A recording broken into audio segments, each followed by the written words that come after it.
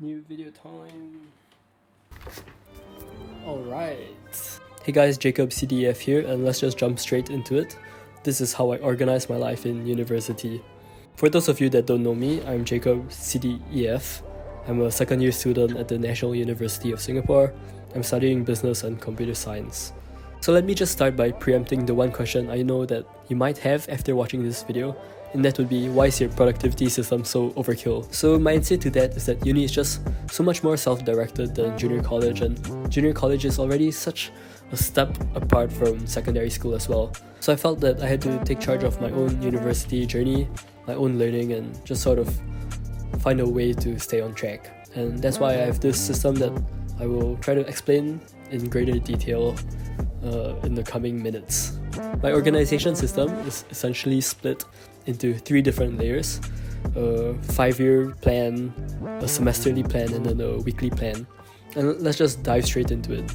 My first layer is an Excel sheet called my study plan. So in this study plan, I have a list of all the modules and courses that I have to take in order to graduate. So as you can see in the leftmost column of this Excel sheet, it's just the list of graduation requirements that I have. So this includes stuff like your GE modules, which are university level requirements, and then faculty specific requirements such as my business core modules, my finance specialization modules, and my computer science modules as well. And right at the bottom, I just include some non-credit bearing graduation requirements such as the career workshops and whatnot. And this entire list of requirements, you can probably just find it on the NUS website or your faculty website. And once I have the list of requirements, I'll try to find specific courses for them. So for the core modules, you don't really have a choice. Those are the modules you have to take. But for your electives, like your specialization modules, you actually have a choice. So what I'll do is I'll just go onto NUS mods, then I'll just try to pick and choose from there and see what interests me. So once I have a list of all of that, I'll then map it into a timeline of my entire 4 to 5 years in university. So as you can see here, in year 1, sem 1, I'm doing this, year 1, sem 2, I'm doing this, and blah blah blah. So at the end of the day, the purpose of making this study plan is to just give you a gauge of your workload in the coming semesters. So as you can see in my study plan, I sort of front-loaded my academic requirements in year 1, sem 1, and year 1, sem 2. So I overloaded, I did 24 and 28 MCs then. And yeah, I would sort of recommend that as well, especially since you have so many SUs. And the good thing about front loading is that in year 3 and year 4, you can sort of free up time for job hunting rather than just spending all your time on academics.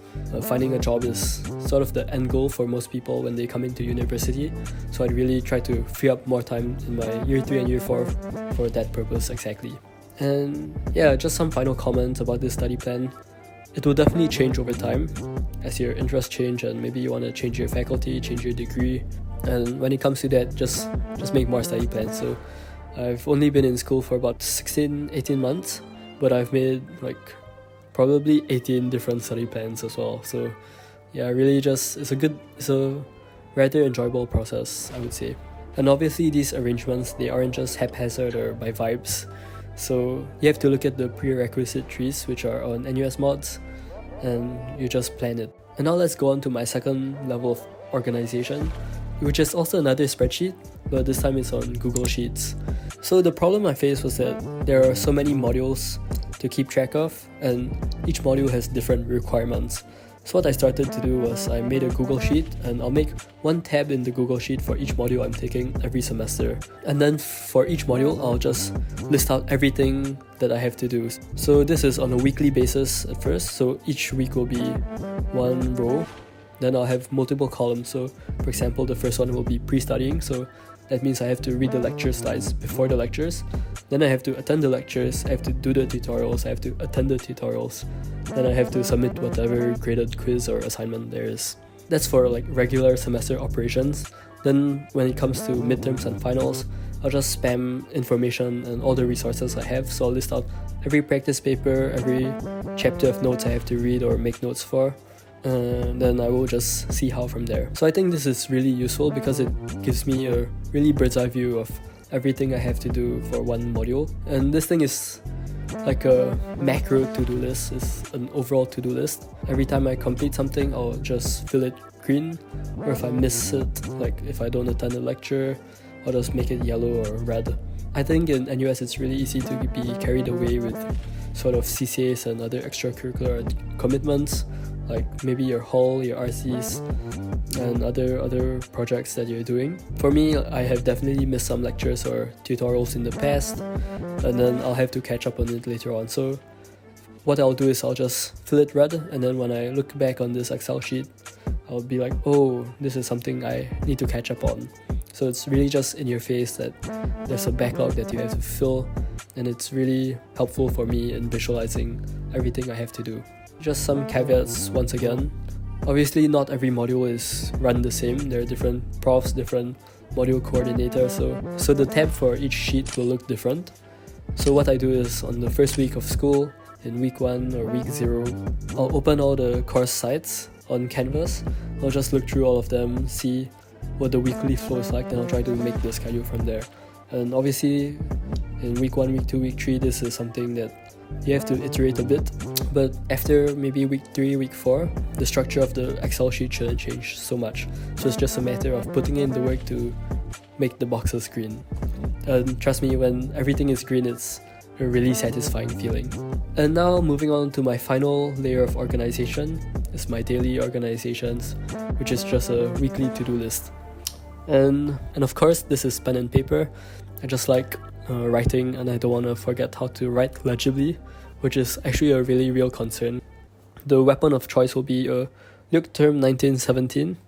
It's the A5 softbound edition.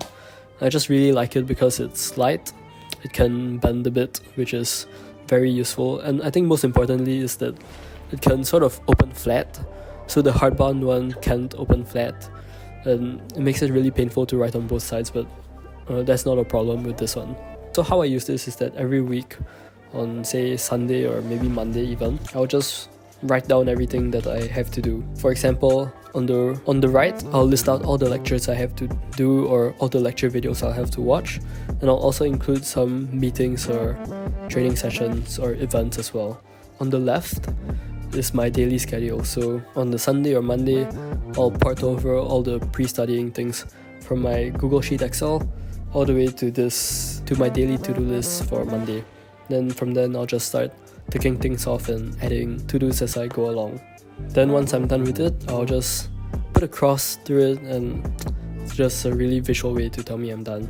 And also, I will mark it in my Google Sheet that, oh, I'm done with it as well. So yeah, that's my productivity system in a nutshell. I think it might be a bit overkill and sort of overlapping a bit because the tasks that are reflected in my daily to-do list also exist on my Google Sheet. But this is something that really works for me. And obviously it might not work for you. Maybe you're somebody who prefers Notion or maybe something really minimal or whatnot. This is just something that works for me. And I guess I just hope this video inspired you to maybe get your life a bit more organized if it isn't already.